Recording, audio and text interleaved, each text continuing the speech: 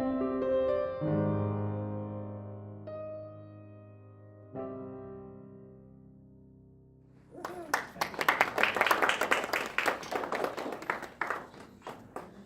if you guys could come closer, just so we can, maybe if you're on that side, come on this side.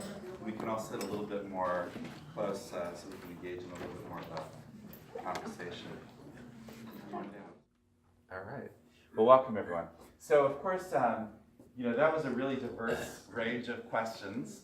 And as you guys were all raising your questions, I'm sitting down and thinking, holy cow, how am I going to try to bring this all together? But fortunately, actually, there is, I think, a very unifying theme in all of your questions, for the most part, almost all of your questions. And I think the unifying theme is, how do we influence change, right? Most of your questions are really talking about something about the world that's not right.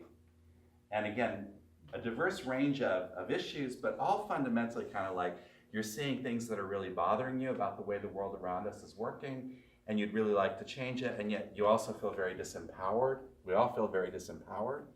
How do we do it? So how do we go about kind of like influencing this change in the world around us? And I want to kind of start once again, before we even go too far into that theme, I'd like to really start with, again, one of the quotes, because it's such a good quote.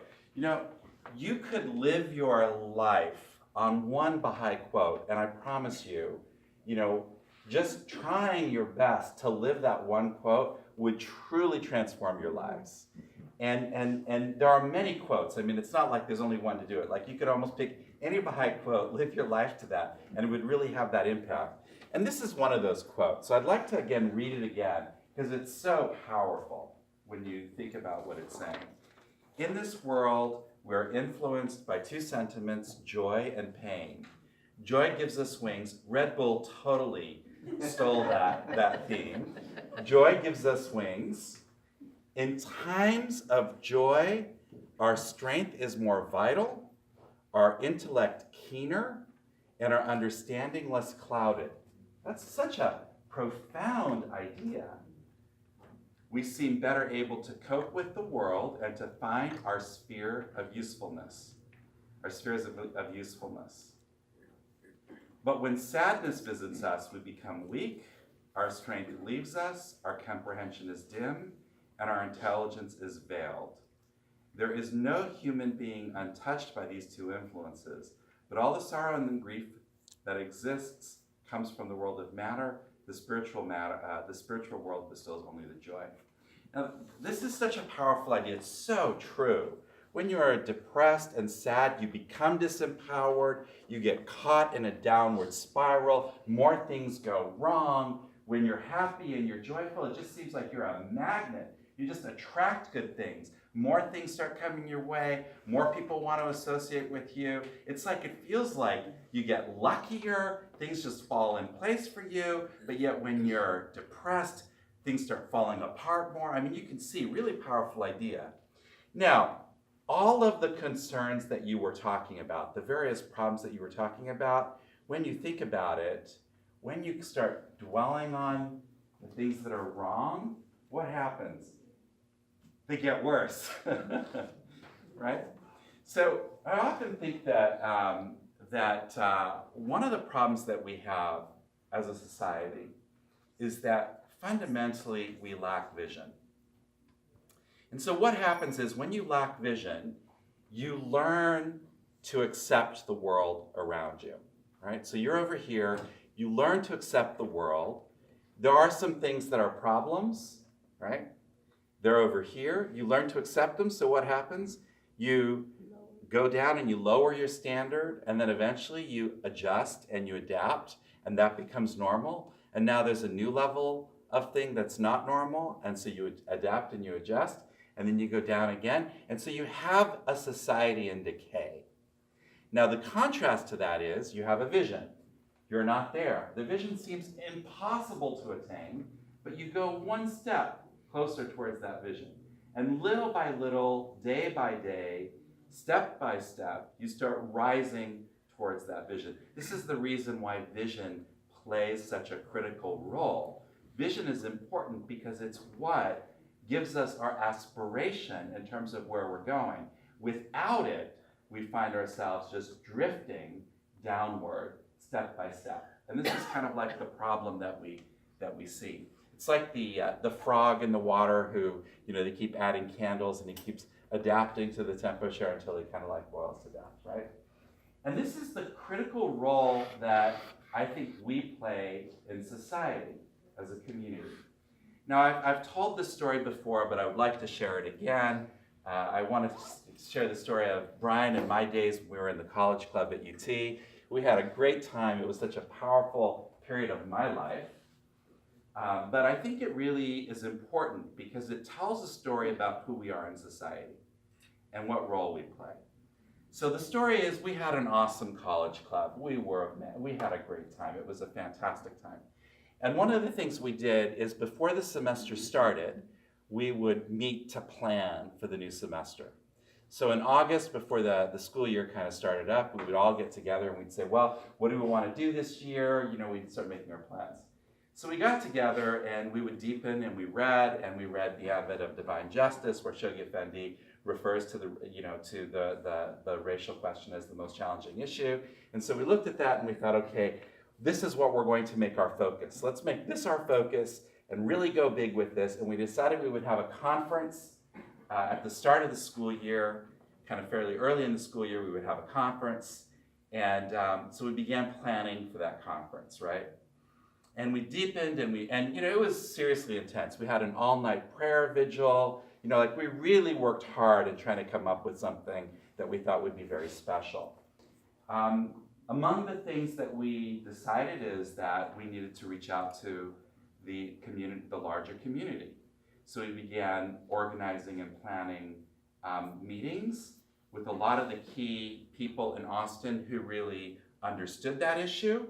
So we organized to meet with leaders of the NAACP, the Urban League, many of the different Black churches. And so we had delegations that were going out, meeting with people. We invited a lot of these groups to speak at our conference.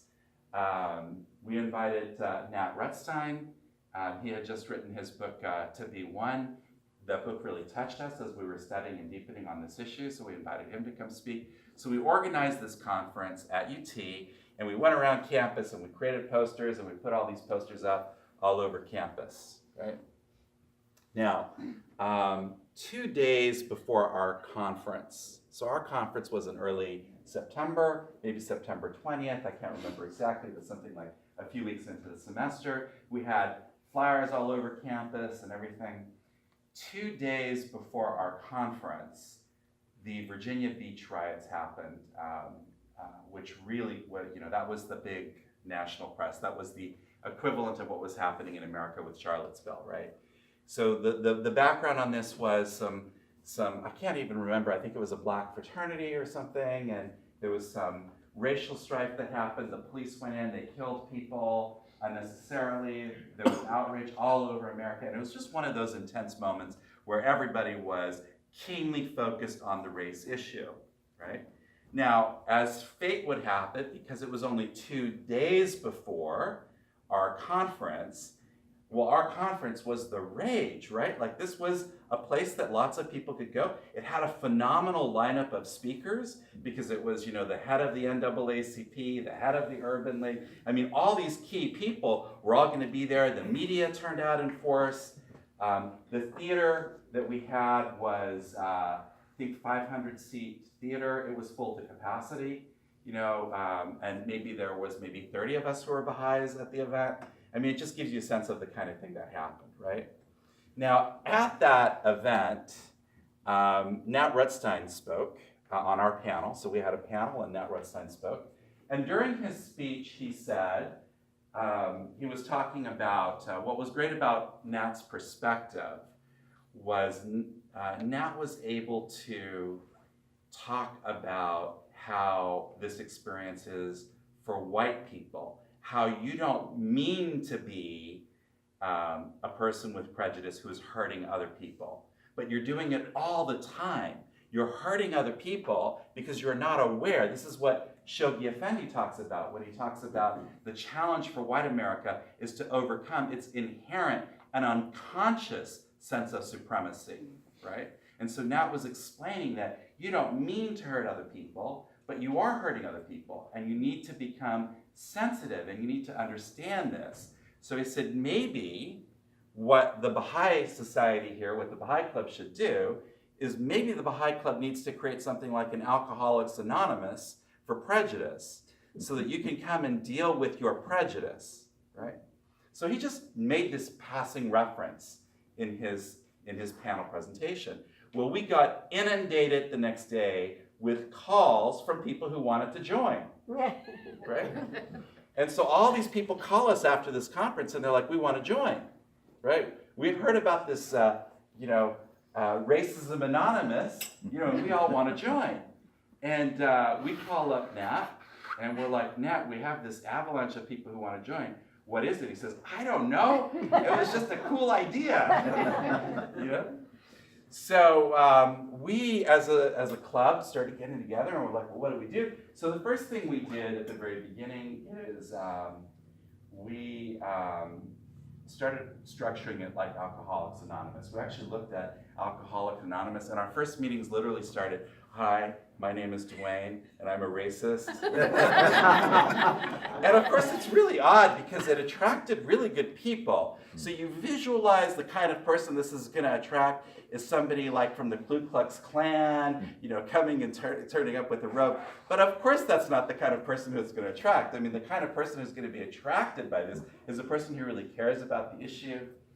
And we had Curry, what was this first name? Bruce Curry. He became our moderator. He was fantastic. So we were grappling with it. We learned very quickly, we were stumbling our way through it, but we learned very quickly that this was about actually creating a dialogue.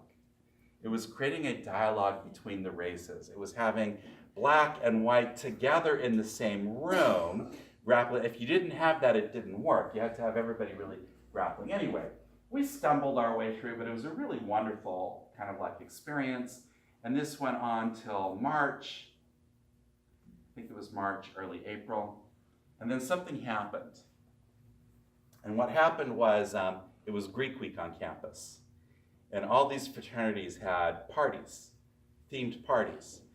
And one of the white fraternities, of course, fraternities tend to be very segregated. And one of the white fraternities decided that it would be great to have this party where they got an old used car, put it in their yard, and they spray painted all these racial epitaphs on this car.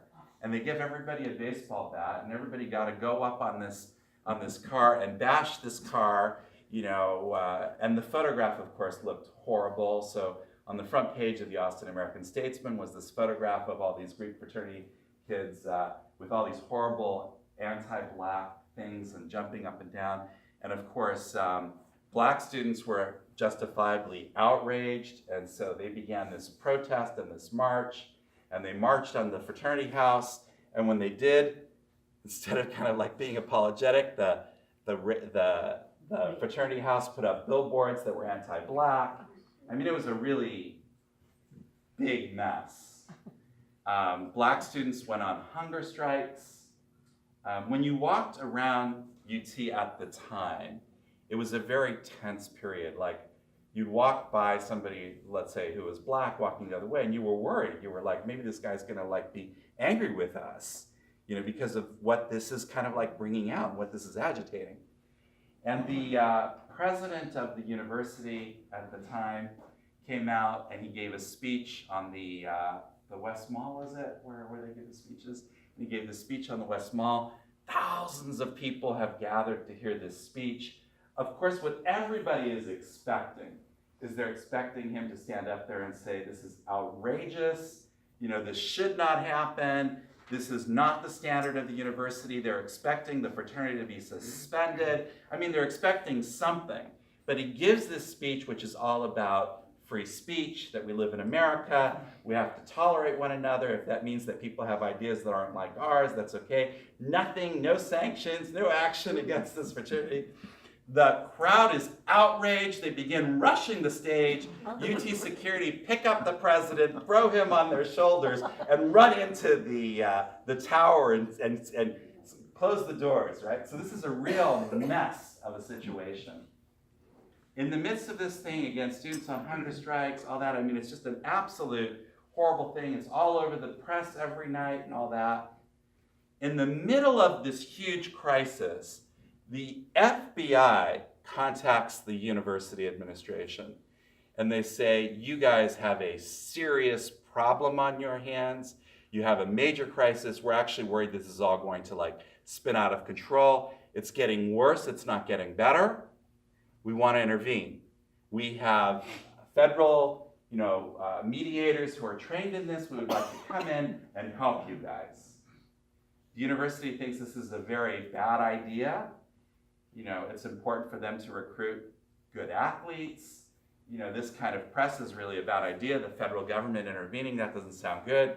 The university says, hey, FBI, you guys don't have to worry about a thing. We have a group on campus who are trained to deal with this situation. They can solve the problem. We get a call from the university. Hi, Racism Anonymous. We're the university. We would like you to come and solve this problem for us. Right? Now, that is the destiny of our faith. That moment is the destiny of our faith. That is the first time that me, as an individual Baha'i, that I actually understood what's really happening in the drama of the world. You see, the drama of the world is suffering. The world has problems. We have solutions to the problems they have. They don't know that yet. The world hasn't come to understand that yet. But we have to be focused on the solution. We have to be focused on the remedy. And as the world awakens, there will come that moment where the world will turn to us looking for guidance to help us through their problems. And that happens at a local neighborhood level, at a community level. It could happen at a national level, but that's the moment that we are training for. That's the moment we are preparing for. We're working to put some ideas into practice that can help the world as it navigates through these challenges. So, what is so critical for us is to not get lost in the noise, because that noise is disempowering. That noise is what brings us down, just as this quote was describing, right? We have to focus on the state we are trying to build, not on the problems that are weighing us down. That's not to say that you become callous to or indifferent to the problems, but your focus has to be clear. The focus is on what we're trying to build. Abdu'l-Baha says you don't turn on the darkness, you turn on the light. So yes, if there's darkness, we have to bring light to the darkness. But bringing light is not about focusing on the darkness. Bringing light is focusing on the state you are trying to create. And that is the key in everything we do.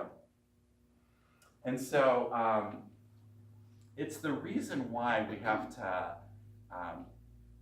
stay focused on what our game is really about. And our game is about, it's not about politics. It's not about, the laws of the land in terms of like where they're at or the dialogue or the discourse. It's about really elevating all of that to a higher standard. And that's the challenge. Now, what I love about the way the Baha'i writings describe this is that when you usually visualize spirituality, like if you think of a person who is very, very, very spiritual, what do you visualize in society? You visualize a very depressing kind of like picture. Like if you think about it, either you are visualizing something that is very grim and dark and, like gray, like you're visualizing somebody who's not at all happy. You're visualizing somebody who's actually very sad and very miserable, but very spiritual, right? That's kind of like that vision of a spiritual person. Or if you're thinking kind of like in a more Eastern kind of way, you're actually visualizing somebody who is aloof, who's completely like cut off. Nothing, they don't actually even see anything that's happening in the world around them. They're just completely detached from everything. Neither of these is the vision of spirituality which the Baha'i writings kind of talk about. we want, what Abdu'l-Baha describes, which we heard in all these writings today, is you're looking for joyfulness, happiness. I mean, really, the aspiration for us, and we're not there, but in my mind, the way I read the Baha'i writings, I visualize we should be like an African-American church. We should be singing, dancing, joyful. That's the kind of spirituality that Abdu'l-Baha describes, right? And so again, it's not about being miserable. It's not about suffering. It's about being joyful. It's about tackling the problems of the day with a perspective that is focused on principle, that is focused on unifying, that is focused on positive kind of things, not that is weighed down by the negative. Now, one of the thoughts that I was sharing in that talk that Brian was talking about was somebody wrote to Shoghi Effendi and had a photo of a protest in South Africa, and wrote to Shoghi Effendi and said, should Baha'is at my college be participating in this? And Shoghi Effendi wrote back and said to not participate would actually be a denial of what the faith was all about, because clearly these people were protesting for racial equality. And it raises this question around how do we then engage with our society, kind of like on issues of the day. And again, I want to go back to that focus on the positive, because what Shoghi Effendi explains is that you could be there promoting racial unity, which is what that particular one was, or you could be there kind of like in a protest against the government and against the policies of apartheid. Now, this is a really subtle difference, but actually it's a really key difference. In one case, you're promoting a principle or an idea which we should aspire to. In another, you are protesting your discontent with what a government is doing. It doesn't even have to be what a government is doing. A discontent with a position out there, right?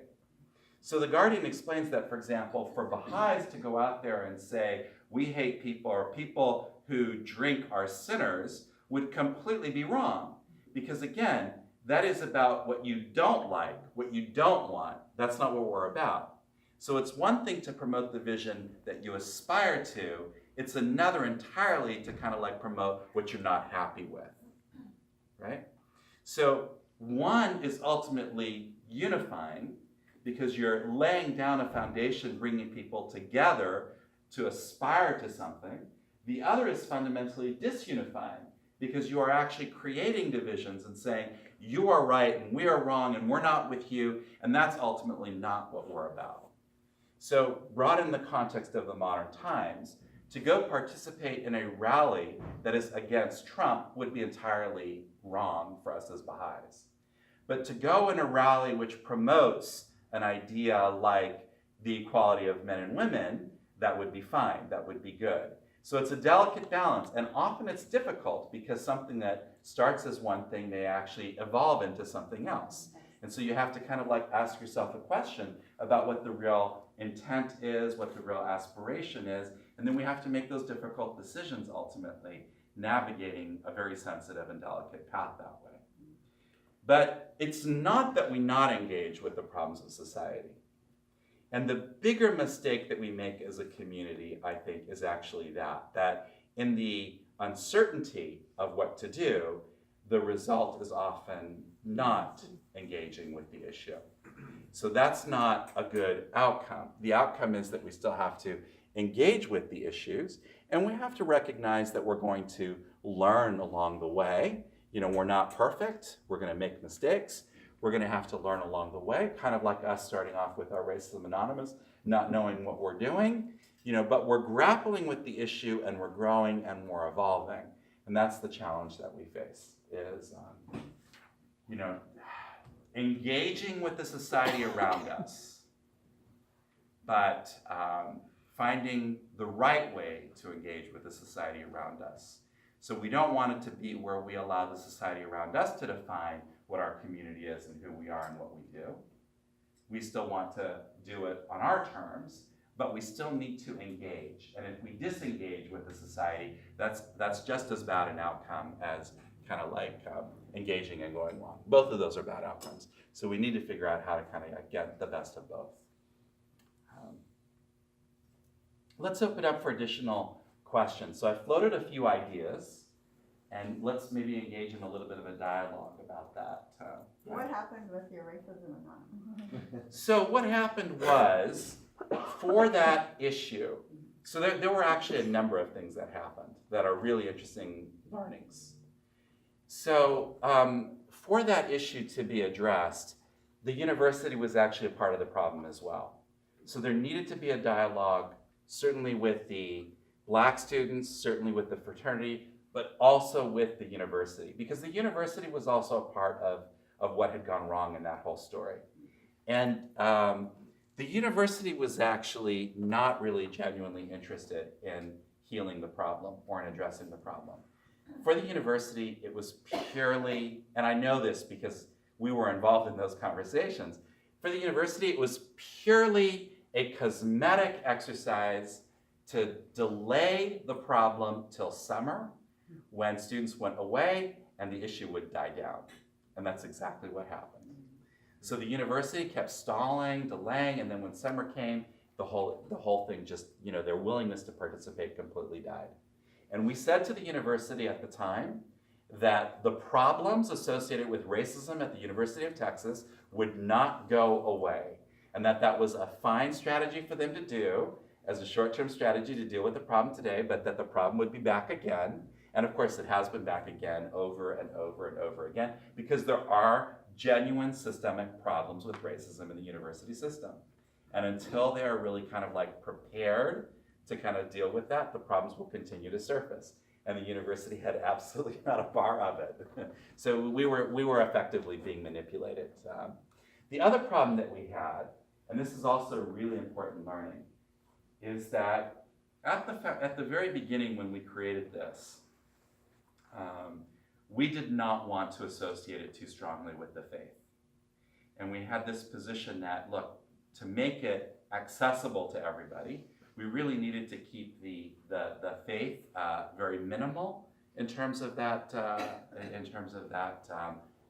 structure. So we had a system which was a very loosely affiliated kind of like entity, and that turned out to be a big mistake. And the reason it was a mistake is it worked fine in all the way until March, and we attracted a lot of very prominent Black leaders, for example, who were really mesmerized by what we were offering and really were attracted. But come March, when that crisis emerged, we became a power broker. We went from being kind of like nobodies to being in a very powerful position. And there were a number of people who were not Baha'is who were in Racism Anonymous who really saw this as their moment of leadership, who really saw this as their opportunity to kind of like emerge as a major kind of like leader of some type. But of course they had views that were not compatible with the faith, and it was a real problem. So they wanted to kind of like take the organization in new directions. And that was the moment that we realized that we really needed the leadership of the assembly. So we began engaging in a dialogue with the assembly at that stage, but it was far too late.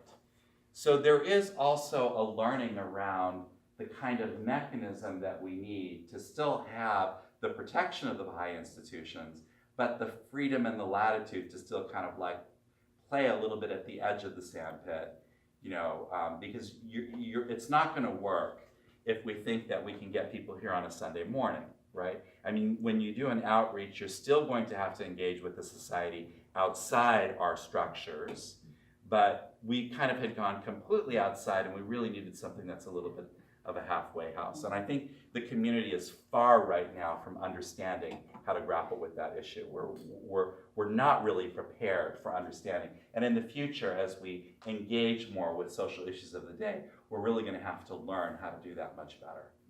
But that's a challenge, I think, still to come for us as a community. Yeah, Brian. These issues you're touching on, it's kind of I just spent 2 weeks ago, they had a Bahá'í in Bridgeport for the first time in like 25 years. Yeah, I remember doing things at Bridgeport. Yeah, so I went, it was nice. That's where I enrolled my family. It's up in like North Texas, and it was on the social action documents, the social action desk put it on. And so, Baha'is for a while, they've been the last couple 5-year plans have been a lot of focus on the core activities and community building stuff, which is basically children's classes, junior stuff, study circles, devotion programs, spiritualizing neighborhoods. And for the last 5 years or so, there's been more of a systematic process in the community to look at public discourse and social action. So this stuff weighs off on these lessons. This is neat, because the document of the weekend talked a lot about like that process and how it's played out with some different case studies and other things like that. And the thing I keep coming back to, which is so tricky, and one thing we always do with our junior youth group, because we're like 6 years into having this junior youth group with our kids, and they're doing some pretty neat stuff at this point, and we've learned a lot in the process. But it's crazy. We always use this little cartoon that it's called "Amusing Ourselves to Death," and I don't know if you've seen it, but it juxtaposes Huxley and Orwell's dystopian visions and kind of asks which dystopia are we living in.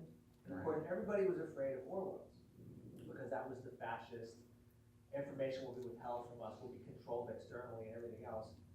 And Huxley's people are going, this is silly, because it's basically like information will be drowned out in a sea of irrelevance. And it's obvious when you look at this that we are living in Huxley's dystopia. When Bahá'í wrote his letters to the kings and rulers of the world, it took years. And they had to go on foot, like people had to copy him down, they had to go on foot and take him. Like Zuckerberg, like a year ago after everybody blamed him for the election, he wrote a letter to everybody, and it sounded a lot like what Baha'is have been talking about the good things about Facebook community building, all this. He hit his send button and sent it to like 2 billion people in a second. But nobody read it. Like I asked everybody in here who was on Facebook, and nobody had even seen it. You know, so it's kind of crazy. So the lesson you're talking about, where we had attention for a minute. A couple years ago, I gave a little fireside called Black Lives Matter versus Pokemon, because it was when the Dallas March happened, and I thought, okay, this is gonna be the moment everybody's gonna wake up. But like when I left, I'm walking through the park back to my house, and everybody's wandering around, like walking there, looking at their phones, because the Pokemon thing's going on. Yeah. And it's crazy because we can't, and I think that's one of the things that I took away from that weekend is that all we can do is engage in the process to whatever extent we can in an ongoing basis, but we don't know how or when society might wake up, but we do know that they will continue to be very distracted. Let's link that with the idea of what, a lot of people misunderstand what Baha'i scholarship is. So when you say Baha'i scholarship, most people think, well, Baha'i scholarship is knowing the writings really well, right?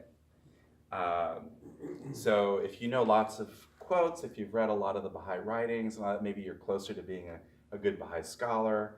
Maybe if you can, reference all the mystical elements that are inside, the Bab's writings. The Bab's writings are very mystical. They link back to the 4 elements, and if you can do all of that, maybe you're a really good Baha'i scholar.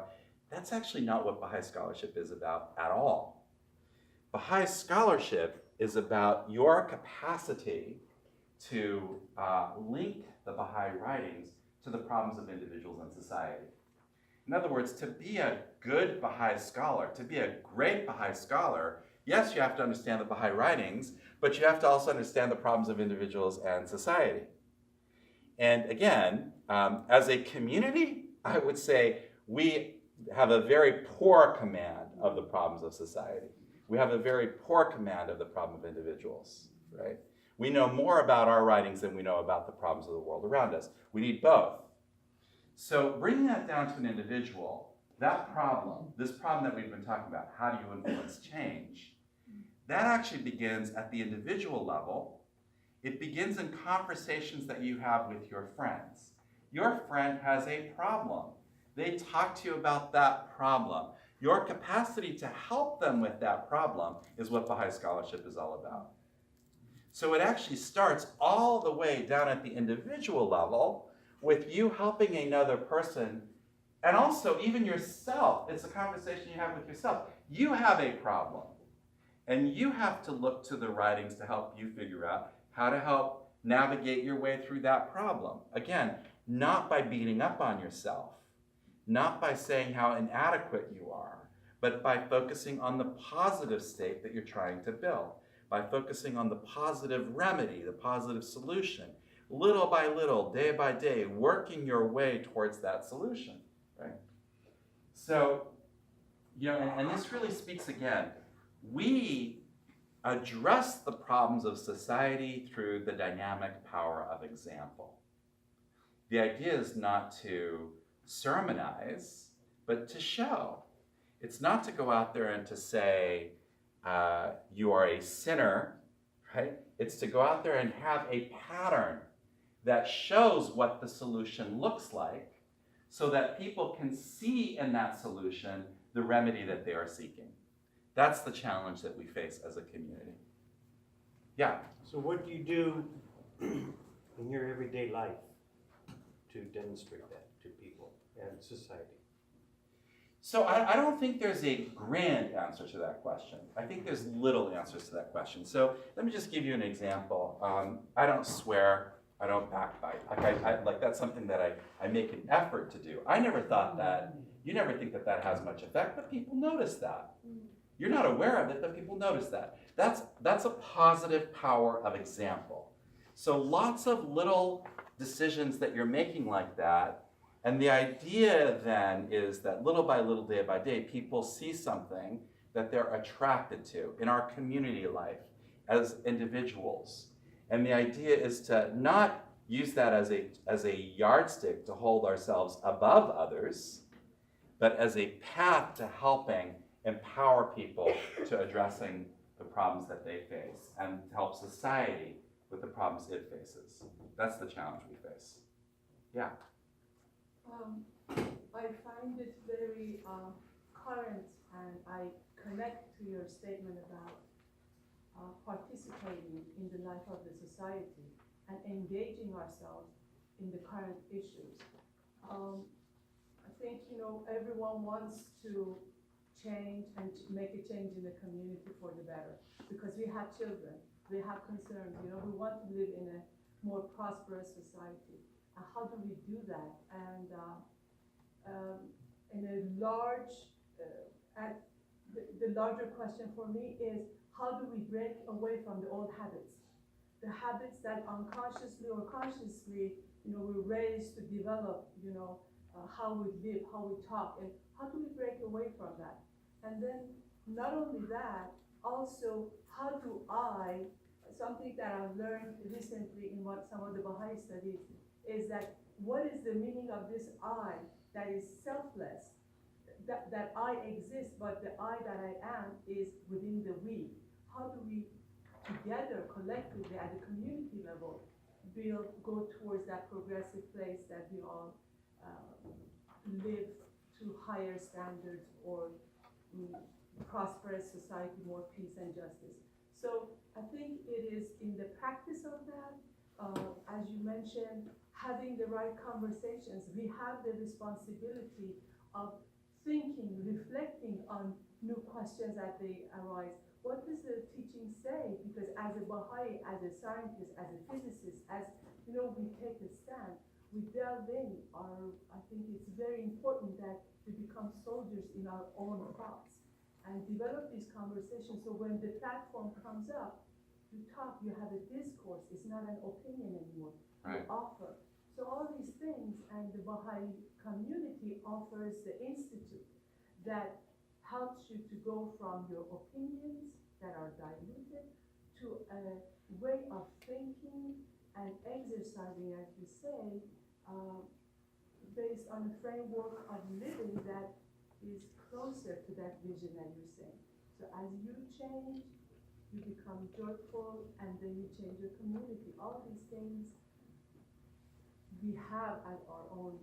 Right. So let's talk about that, because Yeah. I think what it highlights is if I had one ingredient that in all that we've talked about today that I would say is the most important ingredient to pulling this off, and it's I think it's actually the most misunderstood ingredient in the process of teaching, because if you think about what you normally think about what teaching the faith is about, this goes back to your question, Sergey, about what teaching the faith is and why I think we're not better at teaching, actually, is, and I think this has been particularly the case in the past 20 years. I think the approaches that we've taken have kind of like, to some extent, we've lost track of what good teaching is really about. And when you think about teaching, you're almost visualizing a pitch. You know, what is the story that we would tell? What is the narrative that we would say, oh yes, let me tell you about the Baha'i faith. The Baha'i faith is about, you know, and you have like a 1, 2, 3 elevator pitch that you can give somebody about what the Baha'i faith is about. And I will tell you that is entirely ineffective. That teaching the faith is not at all about having a pitch. It's not at all about figuring out what the right things are to say. Teaching the faith is above all about one thing, and that one thing is learning the art of listening. Yes, living the life, definitely, but beyond that, what you have to learn is you have to learn to listen. Baha'i scholarship is about listening. We don't know what our faith has to offer if we don't listen and understand the problem, that we are giving people a remedy before we understand what their problem is. People come to the doctor, they're like, oh wait, don't tell me what your problem is, I already know. Take 2 aspirin and call me in the morning, right? What we have to learn is we have to learn how to listen, because when I was telling you the story about our Racism Anonymous adventure, the key to that story was what were we doing? We were engaging in a dialogue, listening. Now, before we listened, our command of the Baha'i writings on the racial issue was "We are flowers in one garden." Now, there's nothing wrong with "We are flowers in one garden," it just doesn't do justice to the writings. You know, the writings have this profound understanding of a dynamic there around challenges for white America, challenges for Black America. You know, Black America, you have this inherent sense of suspicion. You have to overcome that suspicion. White America, you have this inherent sense of supremacy. You know, I mean, there's so much there. It's so deep and profound. But if you don't understand the problem, how would you know? All you would be left with are just some nice, pretty kind of quotes that you could use, but you don't even know what those quotes are really about. They're just nice ideas. You don't get there until you listen, until you understand the problem, so that you can understand how the faith is the remedy. If you don't understand that, then you're just giving people some quotes without really understanding what you're talking about. So the key to the art of Baha'i scholarship is really learning to listen. Now, when you think about it, that's the beauty of the fireside method. The fireside method is not just about giving a talk. Far more important is the idea that you are inviting people so that you can listen and hear and understand their needs to see how it is that the faith ultimately responds to it. And this is the beauty of the age in which we live in, because as you say, there was an enormous amount of receptivity to the faith in the 60s and early 70s because of the needs that people had. And we're coming back to that period. We're in an age in which people have a lot of needs. But our problem is that we have a society with a lot of needs, and they're saying, we have these needs, and we're not intersecting that dialogue. We're saying, yeah, that's good, but let me tell you about this. And so we're telling them about things that are actually not. They're saying, you know, Ria Khanum uses the example of somebody going to a department store, and they say, I want an egg beater. Do you have an egg beater? And like, yeah, we have egg beaters. But let me tell you about our pots and pans. We've got wonderful pots and pans. Like, yeah, I'm not looking for pots and pans. I want an egg beater. Yeah, that's good. But let me tell you about the pots and pans. And that's really how we are as a community often with our approach to teaching. We are focused on what we understand. We want to tell people about pots and pans. Society is looking for an egg beater. We have the egg beater, but we don't want to give them the egg. We're not focused on giving them an egg beater. And so we have to listen and see how it is that our writings apply, and apply it to the problems of the day. Now I gotta know, because for those of you that don't know, Duane has a biometric company, so that studies people's reactions, so he can listen at a level that the rest of us cannot, because he's got. I'm in the listening game. So now I gotta know, have you actually used that system to study people teaching the faith? No, we haven't. We've never used it in any kind of like application like that. Because I'd be curious. Yeah, it's an interesting question. But I don't know. But it's a good point. I guess I am in the listening game.